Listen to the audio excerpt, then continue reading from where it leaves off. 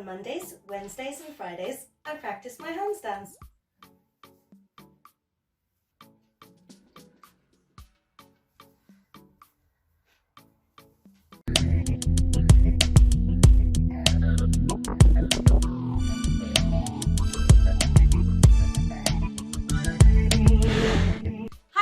And welcome back to my channel. I'm Eva and I'm on a mission to help people build meaningful careers and inspiring workplaces.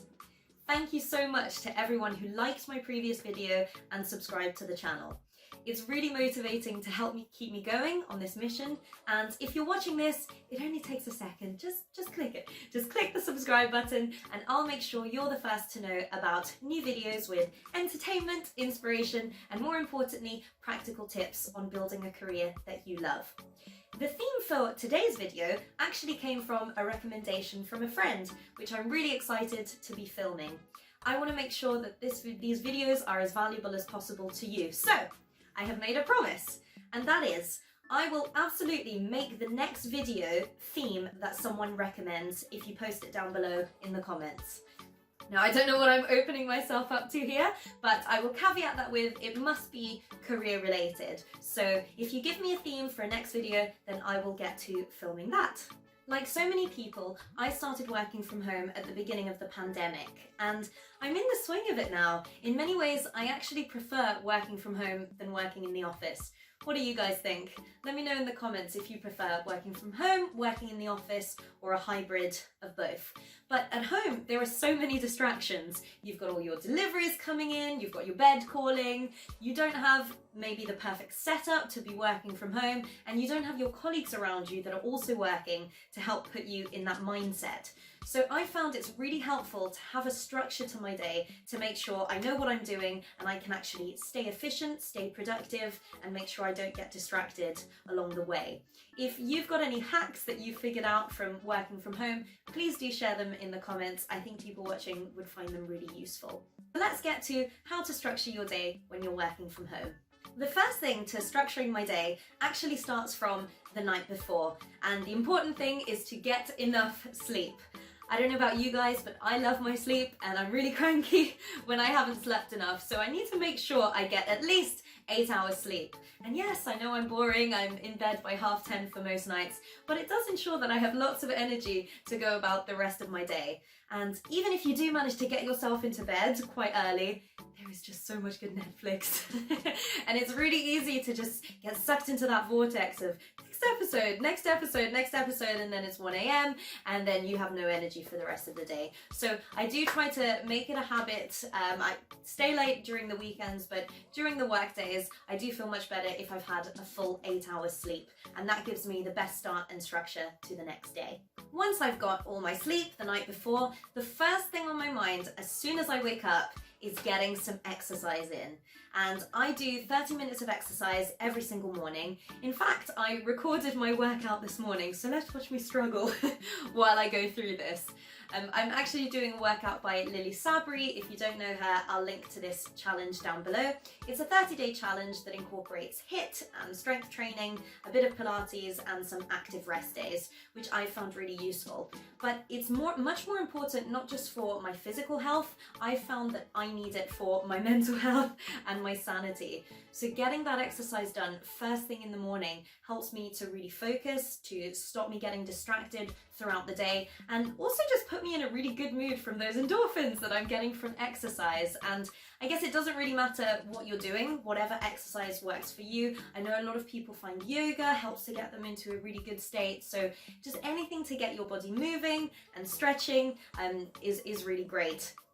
In addition to these little workouts, I did actually start learning handstands just when the pandemic started, and by the end of lockdown 1, I had held a handstand without assistance from the wall for 10 seconds, just once. But I'm really proud of that. So having some other goals that you're working towards, it makes you feel really accomplished by the start of the day if you've already managed to do something, and then just get to work with lots of energy. After I've done my workout, I couldn't possibly stay in that state because I sweat a lot when I'm exercising, so I always just have a shower and get dressed and get ready for work. Now, I know it's really tempting and really easy to just stay in your pajamas, and for me that's not necessarily an option because a lot of the times I have to jump onto client calls, but I think just staying in that state, staying in your bed and staying in your pajamas won't really get your brain in that space of, okay, I'm gonna be working now. So it doesn't have to be something super uncomfortable, you don't have to wear a blazer.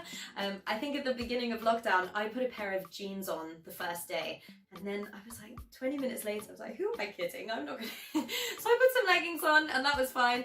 But you know, something that's comfortable, but something that still gets your mind thinking, okay, I'm going to work now. So shower, get dressed and get ready for work. We're getting to the good bit now.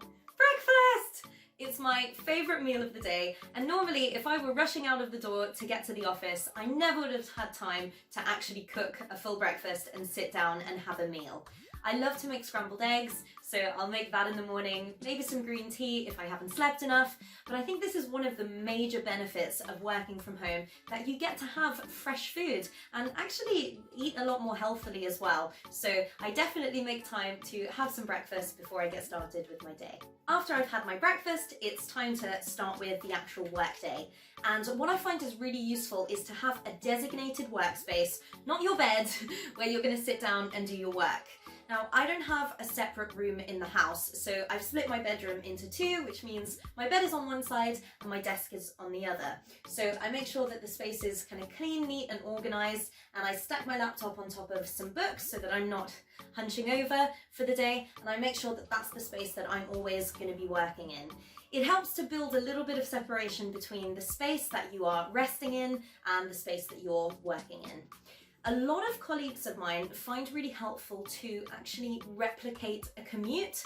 I don't personally do this because I've always hated commuting. So they just grab their coffee and they go for a walk around the block before they start work, and then they come back as though they've just been outside and done their commute, and then they get started with their work. You might find that helpful to give you a bit of time for your mind to shift from rest mode and home mode to work mode. Once I've started my workday, I've found this tip really helpful, and that is to eat your frog in the morning.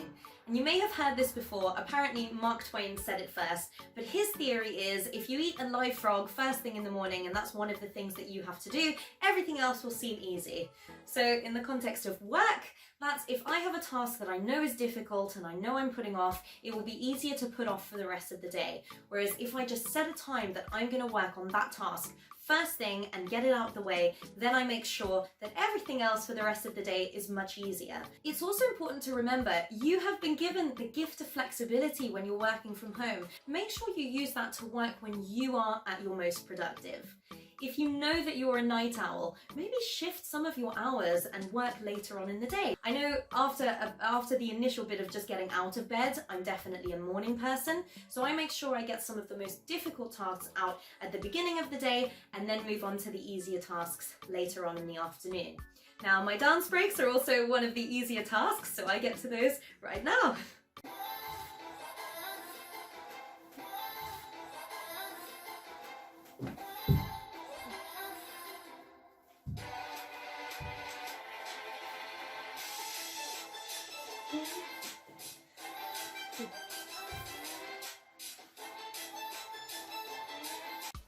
I really enjoyed that dance break, so it was a little bit longer. But we're back to food again, and that's lunchtime. I book an hour out in my diary to take some lunch, otherwise it's really easy to just keep going and not break up your day at all. So I take that time to cook a proper lunch at home as well. It only took 26 years and a global pandemic to get me to learn how to cook, so I'd say that's pretty great, and I plan on using that skill. But it's also saved me so much money. I used to go out to lunch, and my office is near Borough Market, which is delicious food. So I would spend £6 a day on a lovely Borough Market lunch. But £6 a day times the 5 days of the week, that's over 20 days that you're working on average in a month. That's £700 a month that is being spent on just lunch. I mean, over the course of the year, that's £7,200, and that is a lot of money that I could happily spend on holidays. I didn't do it every day, and of course you can do cheaper options like a Tesco meal deal, which I think is around £3, but it's still going to be much more expensive than just cooking fresh food from home. So that's the great part of my day, that I get to cook some lunch, have some lunch, and over that hour I also make sure that I go outside. I don't always have a long time to do this, so sometimes it's a little walk around the block, which is fine. But going back to getting enough sleep, actually getting some sunlight early on in the day helps to tell your body's sleep system and just shift it into the right time zone to tell you, like, this is the time that you should be sleepy later on in the evening. And we don't get a lot of sun. I think my Mediterranean blood needs a lot of sunshine. So just making sure that I'm getting that in my lunch break makes sure that I feel much better for the rest of the afternoon. The final bit to structuring your day, which I find to be the most important, is to actually shut down and stop working when you say you're going to stop working. It's easy to just keep going and just send another email and just finish that presentation, but there's always going to be more work to do, and doing that on a regular basis again and again is just a fast track to burning yourself out. And you want to make sure that you're able to stay productive by getting enough rest for the end of the day. So if you need to take yourself out of that work mindset, maybe it helps to repeat your commute again. So go outside, walk around the block, come back, have some chamomile tea to help you relax, and then you know that it's time to do something else and it's time not to work. Make sure you're maintaining a lot of the relationships that you have with your friends and your family outside of only just working. Now, if you find it difficult to shut down, what I found helpful to do is to schedule my hobbies right after my workday so that I absolutely need to be somewhere else and I need to go.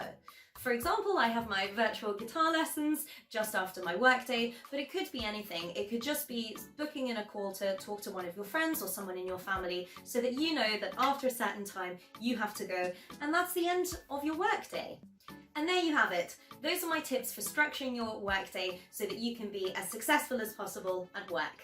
I hope you found this useful, and if you did, let me know your thoughts in the comments down below. Please do like this video and subscribe so you're the first to know about new videos next week. Thank you so much for watching, and see you next week.